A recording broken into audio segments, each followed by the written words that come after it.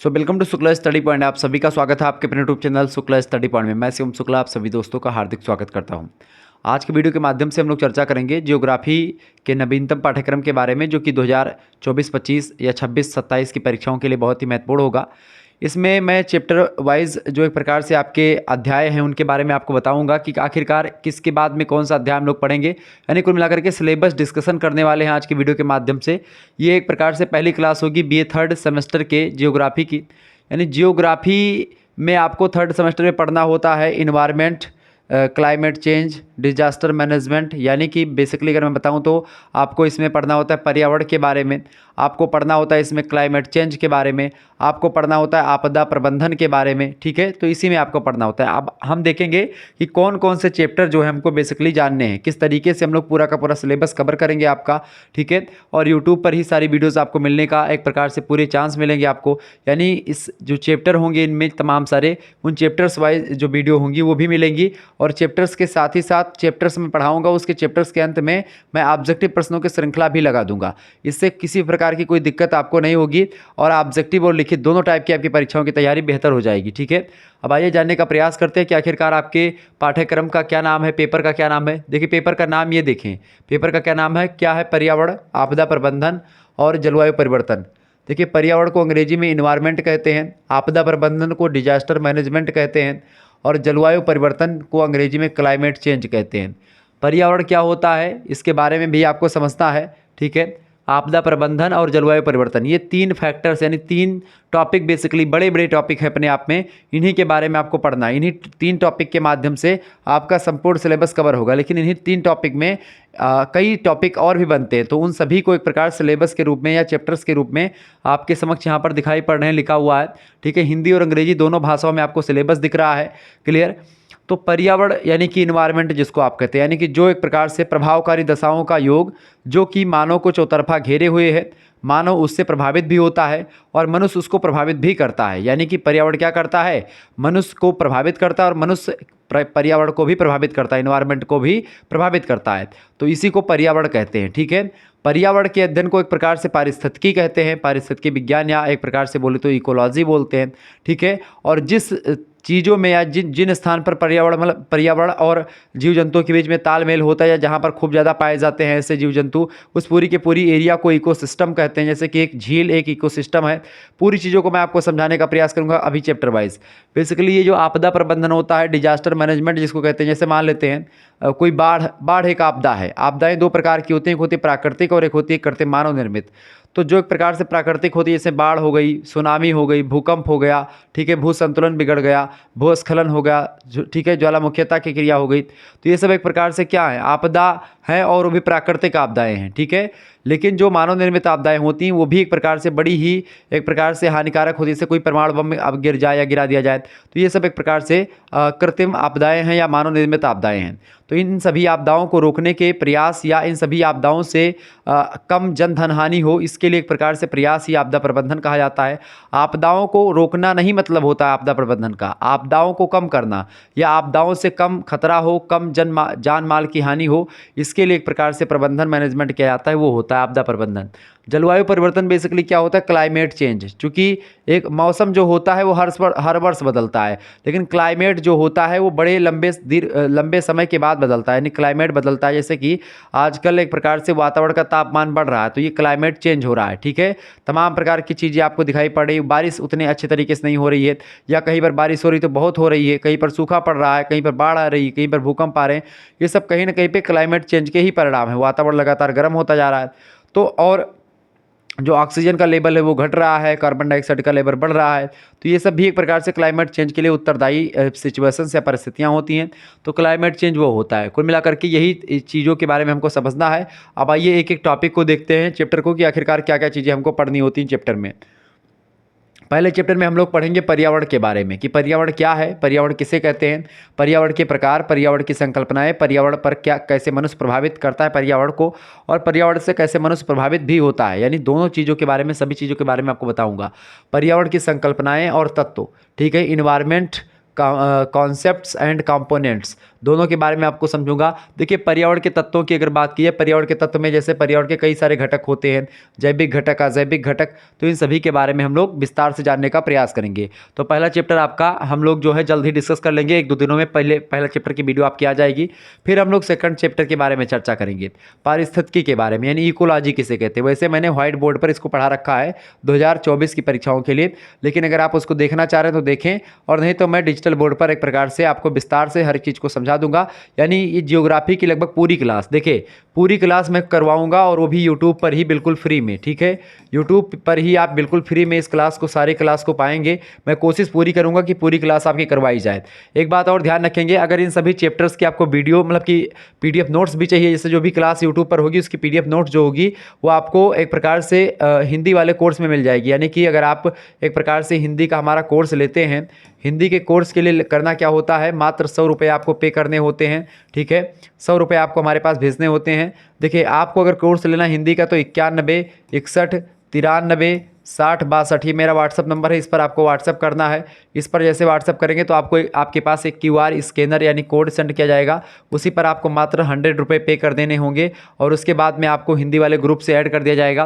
फिर उसके बाद में हिंदी वाले ग्रुप में क्या होगा कि आपको एक प्रकार से हिंदी का तो कोर्स मिल ही जाएगा, इसके साथ ही साथ अदर सब्जेक्ट से जियोग्राफी, पॉलिटिकल साइंस, जियोग्राफी और भी सब्जेक्ट जो आपके इकोनॉमिक्स से लेकर के और एजुकेशन, शिक्षा मतलब जो शिक्षा शास्त्र होता है, इन सभी के एक प्रकार से जो नोट्स होंगे वो भी जो बनाए जाएंगे वो भी आपको इसी 100 रुपये में ही इसी कोर्स में मुहैया करवा दिए जाएंगे। तो बिल्कुल एक प्रकार से बड़ा ऑफर आपके लिए खोल दिया गया है।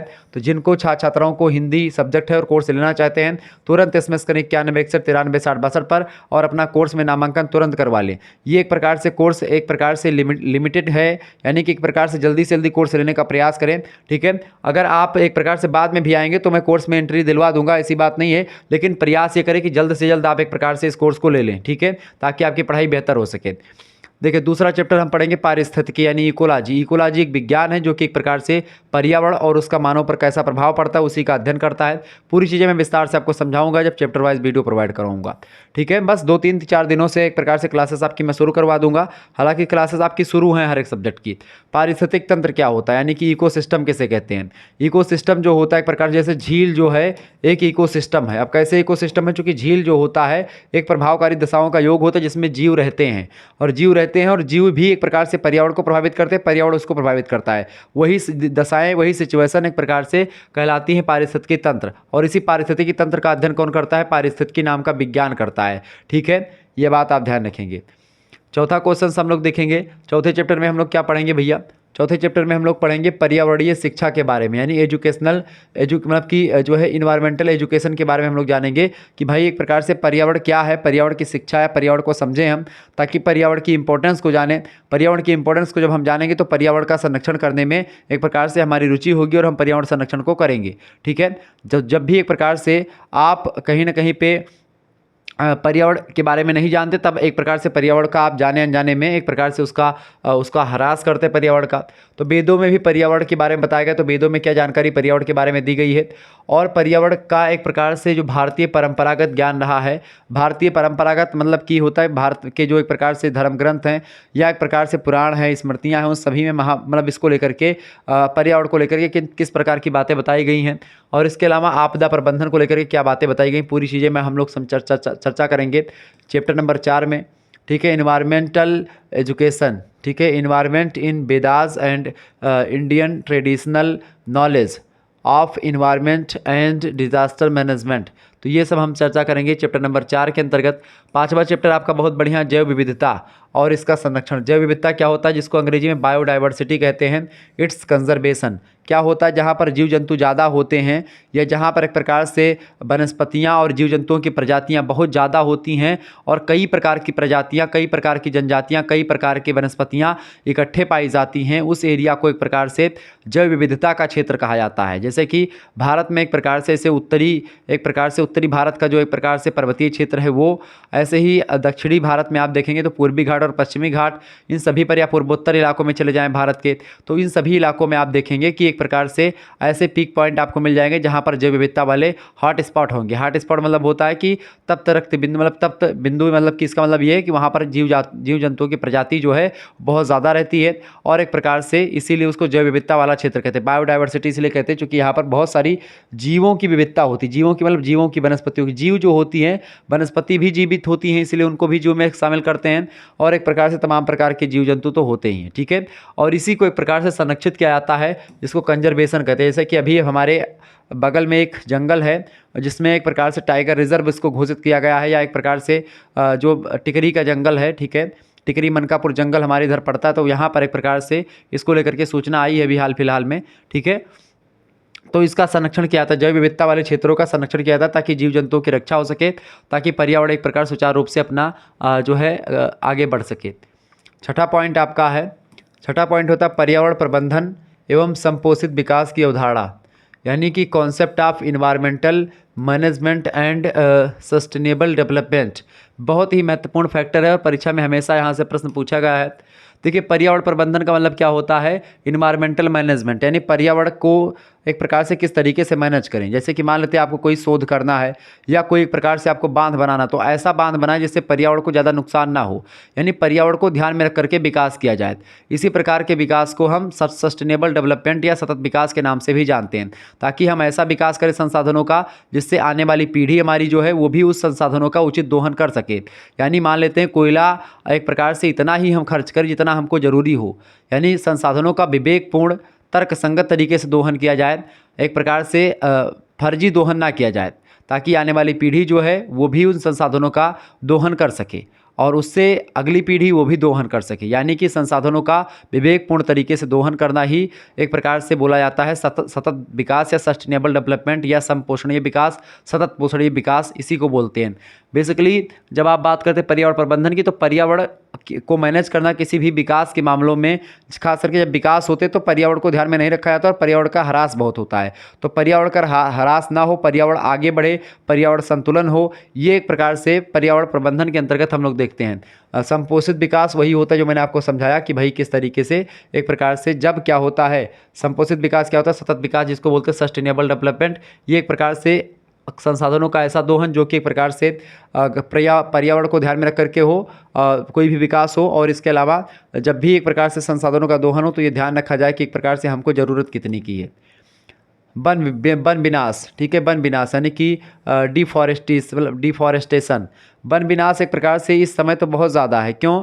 क्योंकि एक प्रकार से लोग खेती के लिए वन की कटाई करते हैं। खास करके आप देखते हैं जब झूमिंग कृषि होती है, स्थानांतरणशील कृषि होती है, उस दौरान भी एक प्रकार से आप देखेंगे कि वन की कटाई खूब होती है। झूमिंग कृषि एक ऐसी कृषि होती है जिसको स्थानांतरणशील कृषि कहते हैं। इसी कृषि को काटो और जलाओ कृषि भी कहते हैं, क्योंकि इसमें क्या होता है, जंगल को जनजाति के लोग जो होते हैं वो काटते हैं, उसके बाद में क्या करते हैं, उसमें आग लगा देते हैं, झाड़ियों में पूरा का पूरा उसमें आग लगा देते हैं। उसके बाद में जब आग लग जाती है उसके बाद में पूरा साफ कर लेते हैं, वहाँ पर खेती करते हैं। और जब तक मिट्टी की उर्वरक क्षमता होती है तब तक वहाँ पर खेती करते हैं, और जब मिट्टी की उर्वरक क्षमता खत्म हो जाती है तो एक प्रकार से उस स्थान को छोड़ करके किसी दूसरे स्थान पर जाते हैं और वहाँ पर पेड़ को काटते हैं और जलाते हैं और वहाँ पर खेत बनाते हैं। इस तरीके से ये प्रक्रिया चलती रहती है, इसीलिए इसको स्थानांतरणशील कृषि कहते हैं और झूमिंग कृषि भी कहते हैं। तो वन विनाश वो होता है जंगल की कटाई लगातार हो रही, तो इसके बारे में समझें क्यों हो रही है, इसका क्या नकारात्मक क्या सकारात्मक प्रभाव होता है, सारी चीज़ें मैं आपको समझाऊंगा। दूसरी बात, मृदा अपरदन और मृदा क्षय। देखिए, वन विनाश से केवल एक प्रकार से वन विनाश ही नहीं, वन विनाश के कई एक प्रकार से नकारात्मक प्रभाव हैं। जैसे कि मृदा अपरदन होता है, मिट्टी कट करके बहती है। अगर जंगल कट जाए, लकड़ियाँ कट जाए तो एक प्रकार से इससे क्या होगा, वन विनाश होता है। यानी कि मतलब कि वन विनाश से क्या होता है, मृदा अपरदन होता है। मृदा माने होता है मिट्टी, सोयल, अपरदन माने होता है इरोजन, यानी कि मिट्टी का कट करके बहना। मिट्टी का कट करके बहना, जल के साथ कट करके मिट्टी बहती है, वायु के साथ उड़ करके भी मतलब चली जा सकती है। तो दोनों तरीके से क्या होता है, अपरदन होता है, ठीक है, ये बात आप ध्यान रखिएगा। तो मृदा अपरदन का मतलब होता है माटी का कट करके बहना। मिट्टी के कट करके बहने से क्या हो जाता है भैया, मिट्टी के कट के बहने से क्या होता है, मृदा की जो एक प्रकार से ऊपरी परत होती है, जो एक प्रकार से उपजाऊ होती है, वो परत एक प्रकार से जब बह जाती है तो मिट्टी की जो उर्वरक क्षमता होती है वो क्षीण हो जाती है, वो खत्म हो जाती है। और ऐसी स्थिति में जब उसकी उर्वरक क्षमता क्षीण हो जाती है तो एक प्रकार से वो मिट्टी किसी काम की नहीं बचती है। यानी मिट्टी एक प्रकार से क्या बन जाती है, मरुभूमि में परिवर्तित हो जाती है। मरुभूमि मतलब क्या होता है, एक प्रकार से मृदा जो होती है वो अनउपजाऊ हो जाती है, उसमें कोई फसल नहीं उगती है, उसी ऐसी मृदा जिसमें कोई फसल ना उगती हो उसी को मरुभूमि कहते हैं। मरुमाने या मरुस्थल बोलते हैं, जो मरी हुई भूमि है या मरा हुआ स्थल उसी को मरुस्थल बोलते हैं। मृदा क्षय मतलब होता है मृदा का कट करके बहना, ठीक है, यानी कि एक प्रकार से सोयल एक प्रकार से क्या हो जाए, यानी कि एग्जॉस्टेशन और मतलब कि डिग्रेडेशन, यानी कि मृदा का कट करके बहना है, मृदा का एक प्रकार से उसकी जो है उसमें कम होना, तो उसकी जो क्वालिटी है उसमें कमी आना। 9वें चैप्टर में हम लोग मरुस्थलीकरण के बारे में देखेंगे। मरुस्थलीकरण का मतलब क्या होता है, डिजर्टाइजेशन, मतलब कि डिजर्टिफिकेशन। डिजर्टिफिकेशन का मतलब क्या होता है, डिजर्ट माने होता है मरुस्थल। मरुस्थल का मतलब बेसिकली क्या होता है, मरु। मरु माने होता है मरी हुई, मरु माने क्या होता है, मरी हुई। मरु माने क्या होता है, मरी हुई। और स्थल माने क्या होता है, स्थल, यानी स्थल माने होता है भूमि। भूमि यानी कि मरी हुई भूमि। मरी हुई भूमि का मतलब क्या होता है कि यानी कि अनउपजाऊ भूमि, जहाँ पर कुछ होना हो, अनउपजाऊ भूमि। अनउपजाऊ भूमि, ठीक है, यानी जिस पर कोई फसल ना उत्पन्न होती हो, वही है, कुछ भी ना उगता हो, ठीक है। मरुस्थलीकरण के कारण, मरुस्थलीकरण के प्रकार, मरुस्थलीकरण की परिभाषा, सब कुछ आपको समझाऊंगा। बहुत ही महत्वपूर्ण प्रश्न है, यहाँ से परीक्षा में प्रश्न आता है। बिल्कुल आपको घबराने की जरूरत नहीं, यही सब पढ़ना है, इससे आगे आपको मतलब कि बहुत ही सरल तरीके से मैं हर एक चीज़ को आपको बताने वाला हूँ, ठीक है। चले 10वां चैप्टर आपका जो है उसमें क्या पढ़ना है, पर्यावरणीय प्रदूषण के बारे में पढ़ना है, ठीक है। इन्वायरमेंटल पॉपुलेशन के मतलब पॉल्यूशन के बारे में आपको जानना है यानी पर्यावरणीय प्रदूषण। इन्वायरमेंटल पॉल्यूशन क्या है भैया, इन्वायरमेंटल पॉल्यूशन की अगर बात करें तो इन्वायरमेंटल पॉल्यूशन जो होता है एक प्रकार से पर्यावरण के जो तत्व होते हैं, पर्यावरण की जो क्वालिटी होती है उसमें जब कमी आती है, बेसिकली इसे वायु में कमी आ गई, जल में कमी आ गई, जल का एक प्रकार से क्वालिटी में कमी आ गई, तो वही एक प्रकार से प्रदूषण होता है। तो पर्यावरण प्रदूषण में सारे प्रदूषण के बारे में हम लोग समझेंगे, जल प्रदूषण, वायु प्रदूषण, रेडियोधर्मी प्रदूषण, ठीक है, सारे प्रदूषण के बारे में जानेंगे। 11वां चैप्टर देखेंगे। 11वें चैप्टर में प्रकरण अध्ययन के बारे में जानेंगे। गंगा कार्य योजना जैसे जो चलाई गई उसके बारे में समझेंगे। बाघ परियोजनाएं बहुत सारी चलाई जा रही हैं उसके बारे में समझेंगे। टिहरी बांध परियोजना के बारे में जानेंगे। नर्मदा घाटी परियोजना के बारे में जानेंगे। अच्छा, जब मैं ये पढ़ाऊंगा बाघ परियोजना या नर्मदा घाटी परियोजना, तो मैं इसके चित्र भी दिखा दूंगा, नर्मदा घाटी कहाँ पर, नदी कैसे बह रही है और उसके ऊपर बांध कैसे बना हुआ, सारी चीज़ें मैं आपको दिखा दूंगा, ठीक है। तो केस स्टडीज़ में खास कर गंगा एक्शन प्लान के बारे में जानेंगे, टाइगर प्रोजेक्ट के बारे में जानेंगे, टिहरी डैम प्रोजेक्ट के बारे में, एंड एक प्रकार से नर्मदा वैली प्रोजेक्ट के बारे में हम लोग जानेंगे 11वें चैप्टर में, ठीक है। इसके बाद में 12वां जो चैप्टर आएगा उसमें हम लोग क्या पढ़ेंगे, 12वें चैप्टर में हम लोग बताएंगे आपको जलवायु परिवर्तन के बारे में हम लोग समझेंगे कि जलवायु परिवर्तन क्या है, जिसको आप क्लाइमेट चेंज कहते हैं। जैसे ग्रीन हाउस प्रभाव, ग्रीन हाउस गैसेस जो होती हैं वो एक प्रकार से उन्हीं कारण से होती है। ग्लोबल वार्मिंग, ग्लोबल वार्मिंग को बोलते हैं वैश्विक तापन अंग्रेजी में, मतलब हिंदी में, ठीक है। Climate change, green house effect and global warming. Green house basically क्या है, एक हरा घर होता है, हरित गृह प्रभाव जिसको बोलते हैं। हरित गृह बेसिकली उन क्षेत्रों में बनाए जाते हैं जहाँ पर एक प्रकार से ठंडी वाला एरिया होता है, जहाँ पर एक प्रकार से गर्मी की फसलें नहीं होती हैं। तो गर्मी की जो फसलें या सब्जियाँ होती हैं उनको उगाने के लिए ये लोग हरित गृह बनाते हैं, जिसमें एक प्रकार से तापमान को रोकते हैं और तापमान को रोक करके फिर एक प्रकार से क्या करते हैं, उसमें एक प्रकार से फसल बोते हैं और फसल वो तैयार होती है। कुल मिलाकर के कहने का मतलब ये है कि फसल को एक प्रकार से बोने के लिए, फसल के लिए उपयोगी एक प्रकार से एरिया बनाना या उपयोगी इन्वायरमेंट तैयार करना ही हरित गृह प्रभाव होता है। हरित गृह प्रभाव में होता क्या है मैं आपको समझाऊं। हरित गृह प्रभाव बेसिकली बनाए जाते हैं, जो मतलब हरित गृह जो होता है वो जो ठंडे इलाके वहाँ पर जब सूर्य की किरणें आती हैं तो ऐसी स्थिति में बनाया जाता है कि किरणें की जो तापमान है, जो ऊष्मा है, ऊर्जा है, वो अंदर तो चली जाए लेकिन वो बाहर ना निकल पाए और वहाँ पर एक प्रकार से वातावरण, गर्म वातावरण का माहौल बन जाए, ठीक है। तो वो एक प्रकार से क्या होता है, वही एक प्रकार से होता है ये हरित गृह। और यही कारण है कि आजकल क्या जो है, आजकल जो एक प्रकार से वातावरण है कुछ हरित गृह प्रभाव से प्रभावित इसलिए चूंकि वातावरण में एक प्रकार सूर्य की जो उष्मा आती है, कुछ उष्मा तो निकल जाती है और कुछ उष्मा एक प्रकार से यहीं पर रह जाती है। इसी कारण से वातावरण लगातार गर्म हो रहा है। तो इसका कारण क्या है, इसका कारण यही है ग्रीन हाउस जो गैसेस हैं, जैसे CFC हो गई।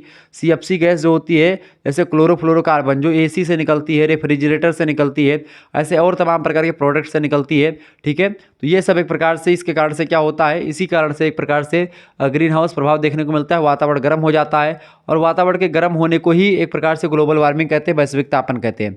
वैश्विक तापन से क्या होगा, वैश्विक तापन से कई परिणाम निकल करके सामने आते हैं। क्या होता है, जैसे पहले वातावरण का तापमान खूब बढ़ेगा, जब तापमान खूब बढ़ेगा तो क्या हो जाएगा, हवाएं जो होंगी वो गर्म होंगी, गर्म हवाएं ऊपर उठेंगी, ऊपर उठ करके क्या करेंगी, गर्म हवाएं ऊपर उठेंगी तो क्या करेंगी, ठंडी हवाओं से मिलेंगी, फिर बारिश होगी। ठीक है, बारिश होगी तो ये एक प्रकार संघनन होगा, तो ये तो ठीक है बात है। लेकिन जब कभी कभी वातावरण बहुत ज़्यादा गर्म हो जाता है तो जो ग्लेशियर हैं, बड़े बड़े बर्फ़ के पहाड़ हैं, वो पिघलने प्रारंभ हो जाते हैं। और जब ग्लेशियर पिघलते हैं तो खूब तेज़ तरीके से बहते हैं। जब वो बहेंगे एक प्रकार से तो नदियों का जलस्तर बढ़ेगा। जैसे गंगोत्री ग्लेशियर से गंगा बहती है, यमुनोत्री ग्लेशियर से यमुना नदी निकलती है और चेमायंगुंडुंग ग्लेशियर से ब्रह्मपुत्र नदी निकलती है। तो इन तीनों नदियों के निकलने का जो स्रोत है वो क्या है, हिमालय पर्वत के जो ग्लेशियर है वही है। ग्लेशियर मतलब बड़े बड़े पहाड़ होते हैं जो बर्फ़ के, वही ग्लेशियर कहे जाते हैं। तो ग्लेशियर की अगर बात की तो ग्लेशियर जो होता है एक प्रकार से ये जब पिघलता है, जब तापमान बढ़ता है तो तापमान बढ़ेगा तो वैश्विक तापन क्या करता है, तापमान को बढ़ाता है। तो ये एक प्रकार से पिघलेंगे बर्फ़, और बर्फ़ चूंकि जब पिघलेंगे तो नदियों में पानी तेज बहेगा। नदियों का पानी चूंकि समुद्र में जाता है तो समुद्र में जाकर के पानी मिल जाएगा। इसके कारण से क्या होगा, समुद्र का जलस्तर जो होगा थोड़ा सा ऊंचा होगा और जो तटीय इलाके होंगे, द्वीप वगैरह होंगे समुद्र में, वो सब डूब जाएंगे। ठीक है, तो ये कई प्रभाव इसके होते हैं। 13वां आपका जो है एक प्रकार से जो है चैप्टर, उसमें हम क्या पढ़ेंगे, ग्लोबल जलवायु निर्धारण, जिसको आप IPCC बोलते हैं। ठीक, ग्लोबल क्लाइमेट असेसमेंट, IPCC के बारे में समझेंगे। ठीक है, इसके बाद में हम लोग क्या पढ़ेंगे, इसके बाद में चैप्टर नंबर 14 के बारे में देखेंगे। 14वें चैप्टर में हम लोग क्या पढ़ेंगे भैया, 14वें चैप्टर में हम लोग जलवायु परिवर्तन के बारे में देखेंगे। जलवायु परिवर्तन किसे कहते हैं, इसका क्या प्रभाव पड़ता है, राष्ट्रीय कार्य योजना क्या है, इसके बारे में पूरा हम जानेंगे। ठीक है, तो climate change effects and national action plan जो है उसके बारे में पूरा विस्तार से मैं आपको बताऊंगा। 15वें चैप्टर में हम लोग आपदाओं के बारे में जानेंगे, जो विभिन्न आपदाएं आती हैं, खास करके आपदाएं, तमाम खतरे, जोखिम और जो भेद्यता है उसके बारे में समझेंगे। आपदाओं के प्रकार के बारे में समझेंगे, आपदा कितने प्रकार की होती है और आपदा का प्रबंधन कैसे किया जाता है, पूरा विस्तार से मैं आप लोगों को बताने का प्रयास करूंगा। ठीक है, डिजास्टर्स, हाजार्ड्स, रिस्क, मतलब हाजार्ड्स रिस्क, इसके अलावा आप देखेंगे। ठीक है, और भी चीज़ें एंड जो है क्या बोलते हैं, वल्नरेबल, मतलब कि जो भी भेद्यता होती है वो सब, types of disasters and management, सारी चीज़ों के बारे में हम समझेंगे। ठीक है, तो अंग्रेजी को लेकर के आप ये ना सोचें कि गुरुजी अंग्रेजी उतना सही नहीं पढ़ पाते। अंग्रेजी मैं वास्तव में सही नहीं पढ़ पाता हूँ। ठीक है, क्योंकि अंग्रेजी से मुझे शुरुआत से ही डर लगती थी, इसलिए मैं अंग्रेजी बहुत डरता हूँ उससे। आपदाओं के प्रकार में आप देखें कई प्रकार की आपदा होती है, जैसे बाढ़ हो गई क्या है, सूखा क्या है, चक्रवात क्या है, भूकंप क्या है, सुनामी क्या है, भूस्खलन क्या है, रासायनिक और नाभिकीय आपदाएं क्या हैं, ये सब परीक्षा में पूछे जाएंगे। ठीक है, तो इन सभी के बारे में हम लोग चर्चा करने का प्रयास करेंगे। ठीक है, अंग्रेजी बगल में लिखा हुआ है, सारी चीज़ें आप यहाँ पर देख लें। तो इस तरीके से हम लोग 16वें चैप्टर के माध्यम से सारी चीज़ों को समझ लेंगे। इसके बाद में तो ये तो होगा आपका पूरा का पूरा सिलेबस, लेकिन कुछ चीज़ें और आपको यहाँ पर जो है किसमें पढ़नी पड़ेंगी, प्रैक्टिकल में। तो ये आपके कॉलेज के द्वारा सारा काम संपन्न करवाया जाएगा। प्रायोगिक भूगोल यानी सांख्यिकीय, तकनीकी और सर्वेक्षण, इसमें आपको पढ़ना है। सांख्यिकीय, तकनीकें और सर्वेक्षण के बारे में आपको यहाँ पर जानना है। ठीक है, आपका ये प्रैक्टिकल सब्जेक्ट, चूँकि ज्योग्राफी क्या है, एक प्रैक्टिकल सब्जेक्ट है, यहाँ पर आपको ये सब पढ़ना पड़ेगा। ठीक है, जैसे भूगोल में सांख्यिकीय पद्धतियों का महत्व क्या है, सिग्निफिकेंस ऑफ जो है स्टेटिस्टिकल जो है मेथड्स इन ज्योग्राफी, इसके बारे में जानना है। इसके अलावा आंकड़ों का संकलन कैसे किया जाता है, उसके स्रोत कैसे इकट्ठे किए जाते हैं, तो सोर्सेस ऑफ डाटा कलेक्शन। इसके अलावा मापन और इसके प्रकार। ठीक है, यानी कि मेजरमेंट एंड इट्स टाइप, इन सभी के बारे में समझेंगे। यानी एक प्रकार से बेसिकली ये शोध के लिए आपको प्रिपेयर करवाने के लिए इसको रखा गया है। सारडीन के बारे में जानेंगे, यानी कि टेबुलेशन कैसे करते हैं, कैसे सारडी में सजाते हैं किसी तथ्य को, किसी फैक्ट को, किसी डाटा को। इसके अलावा आवृत्ति वितरण और उनका बिंदु रेखीय प्रदर्शन के बारे में समझेंगे। ठीक है, frequency distribution and their graphical presentation के बारे में विस्तार से हम लोग जानेंगे। इसके बाद में विभाजन मूल्य के बारे में समझेंगे, पार्टीशन वैल्यू। ठीक है, तो कुल मिलाकर के हम चीज़ों के बारे में यहाँ पर आपको समझना पड़ेगा। ये यहाँ पर एक प्रकार से आपको पढ़ना ज़्यादा उसमें नहीं पड़ेगा प्रैक्टिकल में। प्रैक्टिकल चूँकि आपका कॉलेज से ही संपन्न हो जाता है तो इसमें कोई दिक्कत की बात नहीं। बाकी जो आपका शुरुआत में मैंने आपको बताया वो चीज़ें वही आपको बेसिकली पढ़नी है। तो ये सब मैं आपको बता दे रहा हूँ ताकि जो है आपका सिलेबस जानने क्या क्या होता है प्रैक्टिकल में। केंद्रीय प्रवृत्ति की माप के बारे में, जैसे केंद्रीय प्रवृत्ति की माप में आपका क्या होता है, माध्य, माध्यिका, बहुलक, यही सब आते हैं। आप माप मतलब आप किरण और सह संबंध क्या है पूरा विस्तार से हम जानेंगे। मतलब कि हम इसको आपको नहीं पढ़ाएंगे प्रैक्टिकल वाला पूरा। ठीक है, बाकी प्रैक्टिकल को लेकर के एक आध हो सकता है कि फाइल वाइल बनाने को लेकर के मैं बता दूं कैसे बनाई जाती है। ठीक है, संगणना तथा प्रतिदर्श अनुसंधान के बारे में चर्चा करेंगे। इसके अलावा प्रायिकता क्या होती है, प्रोबेबिलिटी, उसके बारे में मैं आपको बताऊंगा। ठीक है, 10वें चैप्टर में हम लोग क्या पढ़ेंगे, 10वें चैप्टर में आपको सामान्य वितरण के बारे में जानना है, और 11वें चैप्टर में आपको प्रतीक गमन विश्लेषण के बारे में जानना है, और 12वें चैप्टर में यांत्रिक सर्वेक्षण यानी कि जो है सेक्सटेंट के बारे में आपको जानना है। तो ये सब आपका एक प्रकार सिलेबस था, जो कि सिलेबस एक प्रकार से आपको ये जो सिलेबस है इतना ज़्यादा इंपॉर्टेंट ये नहीं है, चूँकि प्रैक्टिकल का सब्जेक्ट है, तो प्रैक्टिकल वाले जो एक प्रकार से जो होंगे आपके कॉलेज से हो जाएंगे। लेकिन ये वाला जो आपका 75 नंबर का पेपर आपको देना पड़ेगा, तो ये सिलेबस मैं डिस्कस करूँगा लगभग 14 चैप्टर से या 15 चैप्टर से, 16 चैप्टर है ना, लगभग 20 वीडियो के माध्यम से आपका पूरा का पूरा सिलेबस जो होगा वो लगभग कंप्लीट हो जाएगा। ठीक है, चले हम चर्चा करने का प्रयास करेंगे, इसीलिए मैं बहुत तीव्र गति से अब की बार पढ़ाई करवा रहा हूं लगातार। तो आप सभी लोग इस वीडियो को इतना लाइक और शेयर कर दें, और अगर आपको पूरा का पूरा कोर्स चाहिए तो आप कमेंट करके जरूर बताएं, हाँ सर जी कोर्स दे दीजिए। ठीक है, बाकी एक प्रकार से हिंदी का कोर्स आपको लेना है तो हिंदी का कोर्स आप ले सकते हैं सर। ठीक है, हिंदी के कोर्स के लिए हिंदी में आप देखिए चैप्टर 1 की क्लास हो चुकी है, यूट्यूब पर पढ़ी हुई देख लीजिएगा। हिंदी गद्य का विकास हमने इसमें समझा है, हिंदी गद्य के बारे में पूरी विस्तार से मैंने इसमें जानकारी बताई कि भाई हिंदी का गद्य का विकास कैसे हुआ। इस लेक्चर को आप देख लीजिएगा, आपको डेमो जैसा लगे उसके अकॉर्डिंग आप कोर्स लीजिएगा। ठीक है, अगर आपको मज़ा आएगा, बिल्कुल मज़ा आएगा। मैं आपको बता दूं कि आप देखेंगे गुरुजी आपने इतना अच्छा कैसे समझा दिया कि भाई एक बार में आपको एक प्रकार से हिंदी गद्य समझ में आ रहा है, जबकि इसको जटिल माना जाता है। जो कहानियों को मैं समझाऊंगा, उपन्यास को समझाऊंगा, तब आपको एक प्रकार से सारी चीज़ें वैसे समझ में आ जाएंगी। ठीक है, तो मिलते हैं फिर नेक्स्ट वीडियो में, तब तक के लिए जय हिंद जय भारत। आप सभी का बहुत बहुत धन्यवाद, हमारे से जुड़ने के लिए इसी प्रकार से अपना प्यार हमेशा बनाए रखेंगे। बहुत बहुत धन्यवाद। ठीक है, चलें।